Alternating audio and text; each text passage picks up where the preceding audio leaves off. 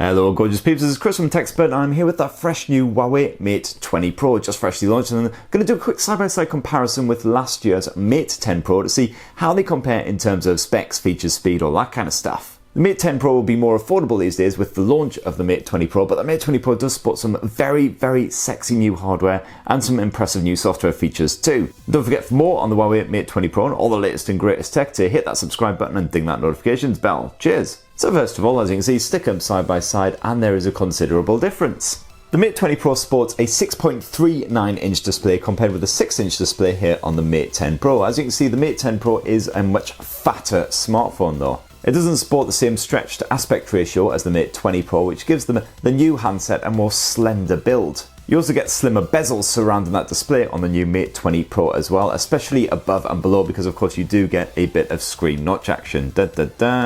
Overall, the Mate 20 Pro is just more comfortable to clutch, about the same sort of heft and everything as last year's Mate 10 Pro as well. If we flip them around to the back, you'll see they sport quite different designs as well, although they both have this lovely glass surfacing.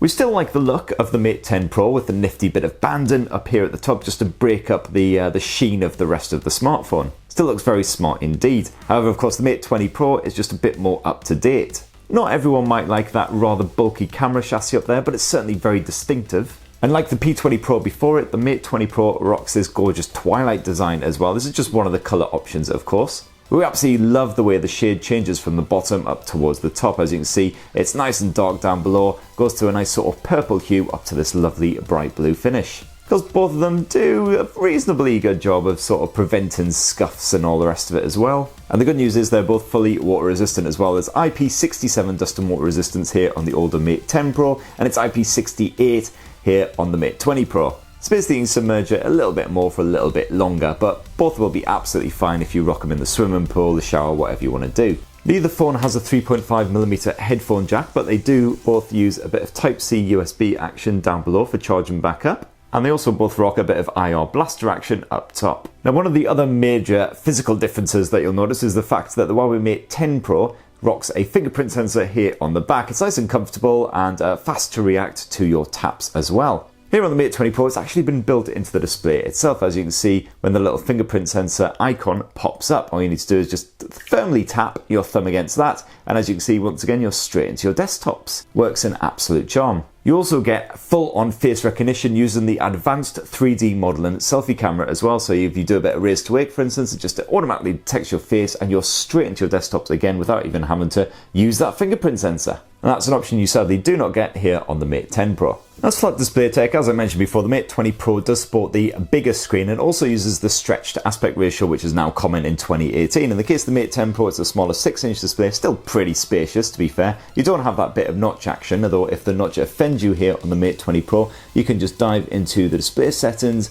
and get that knocked off. As you can see, it just masks the notch away from view. Of course, the more traditional 18:9 aspect ratio here on the Mate 10 Pro means you're not quite as well suited for the likes of your Netflix movies. So as you can see, stick them side by side, put a bit of Netflix on, and you do get this bit of black bar action above and below the screen here on the Mate 10 Pro. Just crops you in a little bit. If you do want to expand to get rid of those bars, it does unfortunately crop a little bit of the picture. Of course, it's no biggie. The Mate 10 Pro is still a perfectly good media beast. And both of these Mate phones, it's an OLED panel, so you get a nice poppy in-your-face colours, a nice sharp contrast as well. It's actually a sharper panel here on the Mate 20 Pro, despite the fact that it's bigger. It's a Quad HD Plus, so it's 3120 by 1440, compared with a Full HD Plus 2160 by 1080 here on the original Mate 10 Pro. But again, that said, stick them side by side, you'd have to get really up close to notice any difference in the detail level. Slightly crisper images here on the Mate 20 Pro, but again, the Mate 10 Pro will definitely do the job for viewing your photos, checking out a bit of Netflix, things like that. If you dive on into the display settings, you'll find you have full customization over the likes of the color output on either of these handsets. You've got the likes of the eye comfort mode.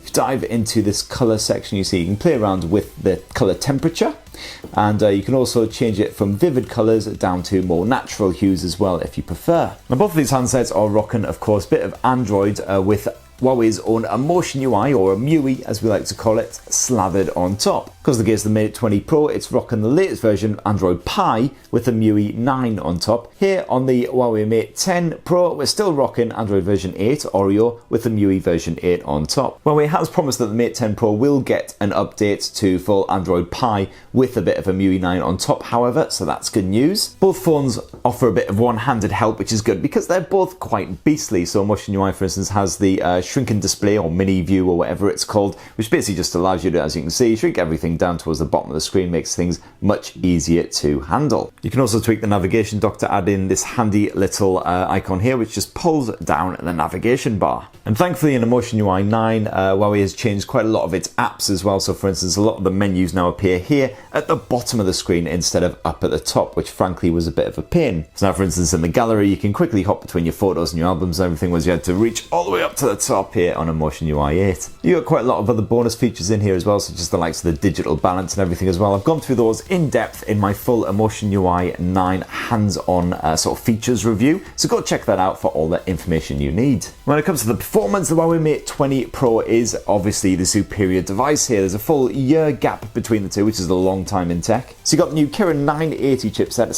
7nm processor here on the Mate 20 Pro, backed by 6 gigs of RAM. On the older Mate 10 Pro, it's the Kirin 970, last year's Kirin processor, and that's backed by the 4 or 6 gigs of RAM depending on which model you buy. That said, the Mate 10 Pro is still pretty nippy. Apps, as you can see, load up pretty much the instant you tap them, so you're straight into your bits. The Kirin 970 definitely holds up well, and of course if you're going to be gaming or anything like that, you've got the likes of GPU turbo support as well in both cases for a nice smooth frame rate. So both these phones you can obviously play a nice bit of PUBG with a nice smooth frame rate pretty much consistently. Thanks again to that GPU turbo. Unfortunately, here on the Mate 20 Pro, it doesn't actually support HD or HDR graphics just yet, as you can see right there, so you are stuck on that balanced mode with the medium frame rate settings, but still very, very playable indeed, and as I say, no stutters or stammers to speak of. Whereas here on the Mate 10 Pro, it does support HD and HDR graphics. As you can see, you can boost it all the way up to an ultra frame rate as well.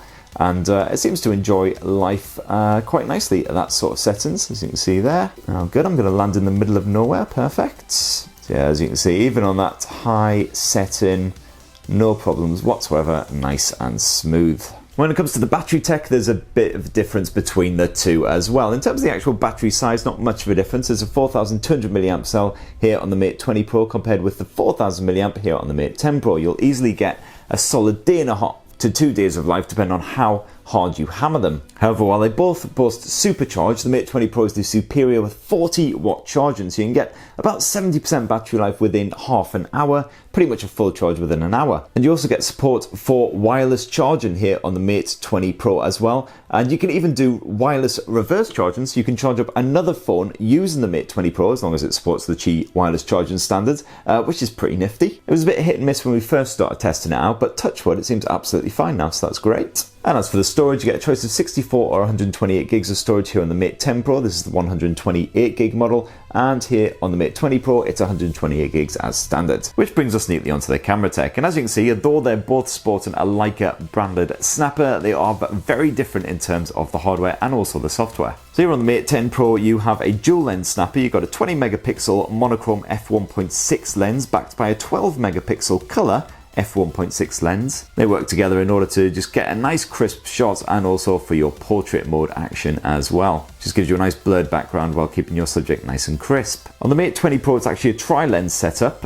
It looks like a 4-lens setup, but that's just the dual tone LED flash there. So in this case, you get a 40 megapixel RGB lens f1.8, and that's backed by a 20 megapixel ultra wide lens with f2.2 aperture. And the third doohickey is an 8 megapixel telephoto lens f2.4, and that's got a bit of built-in OIS in it. Forgot to mention that the Mate 10 Pro also has built-in OIS as well. And optical image stabilization basically just helps you to get a nice crisp shot without any blur or judder when you're like shaking your hands about a bit. Dive on into the camera apps and you'll notice they're quite different in terms of the general layout. The Mate 20 Pro rocks the new 2018 version of Huawei's camera app. As you can see there, you can just flick between the most important modes right there and then, and you've also got a more option for various other bits. Nothing in there does particularly stand out, to be honest. You can generally get by with the standard stuff here. On the Mate 10 Pro, you've got a flick around this side, and there you go, you've got all of your camera features stuck away in there. Not quite as fast to access the likes of video mode, it's just a quick tap here on the Mate 20 Pro, but it's not exactly a major ball ache. So because both phones offer a form of portrait mode, so you can get those nice crisp snaps of your subject. Works really well in both cases. However, particularly impressive here on the Mate 20 Pro, it's really upped its game. Nice sharp effort on your subject, and you can put in a nice bit of a studio lighting effect if you like, and you can even change the type of bokeh behind your subject. Of course, you've got your standard moving images mode, or moving picture as it's called here, which just basically shoots a quick snippet of video with every photo to bring your galleries to life. Here on the Mate 20 Pro, you've got Huawei's Master AI functionality. It's basically a more advanced form of scene recognition. You can really boost the colors in some of your photos and really bring them to life. You just get the standard scene recognition here on the Mate 10 Pro. But as you see, both the Mate 10 Pro and the Mate 20 Pro have full Pro controls, so you can get stuck in if you know what you're doing, get a very precise kind of shot. And you can also tweak the color output on both of these phones as well. And while they both have a form of night mode, it's far superior here on the Mate 20 Pro. It takes a really nice long exposure shot, even when you're holding it by hand, so with no kind of judder or blur whatsoever. That said, we still get some really nice night results from the Mate 10 Pro thanks to that f1.6 aperture setup. And of course, with the Mate 10 Pro, if you are doing a bit of zooming, it is just basically the digital zoom. Here on the Mate 20 Pro, you can actually use the optical zoom lens up to 3 times, or the hybrid zoom up to 5 times. And you've also got the funky new ultra wide view as well if you tap it again. As you can see, that can just cram in a bit more into the picture. And if you jump to the video, both can shoot up to 4K resolution footage. You've also got the option of full HD at that 60 frames per second as well. And thankfully, you've got full control of the compatibility here on the Mate 20 Pro as well, which is definitely a bonus. And they both offer a form of stabilization as well. It's slightly better on the Mate 20 Pro, although still not quite as good as the likes of the Pixel phones. And if we swap around to those front-facing cameras as well, see there's quite a lot of difference between them. It's a basic 8 megapixel selfie snapper here on the Mate 10 Pro, f2.0 I believe it is. That's been bumped up to 24 megapixels with the same aperture here on the Mate 20 Pro. Stick them back into photo mode. So as you see, you've got, again, a portrait mode in both cases, even though it just uses the single lens, just uses a bit of software smarts to help keep you nice and crisp and blur out the background. And of course, you've got the obligatory beauty mode and everything as well. But of course, here on the Mate 20 Pro, you once again have the likes of the lighting effects. Ooh, quite funky there. Disco Chris. And some other bits that you can play around with too. So that right there in a nutshell is the Mate 10 Pro versus the fresh new Mate 20 Pro. As you can see, the Mate 20 Pro offers lots of really smart new hardware, updated specs, including that fresh new Kirin processor. But to be honest, the Mate 10 Pro is still a fantastic handset. Great media chops, pretty solid camera tech. And as you saw there, the likes of PUBG, you can still play it on those top detail settings with a nice smooth frame rate. So if you see the Mate 10 Pro for cheap, we'd definitely be tempted. The Mate 20 Pro, of course, will be a bit more expensive, but still a very nice handset indeed. So let us know your thoughts in the comments down below. Which one is more tempting to you? And don't forget to hit subscribe and ding that notifications bell for more on the Huawei Mate 20 Pro and the latest and greatest mobile tech. Cheers guys, love you!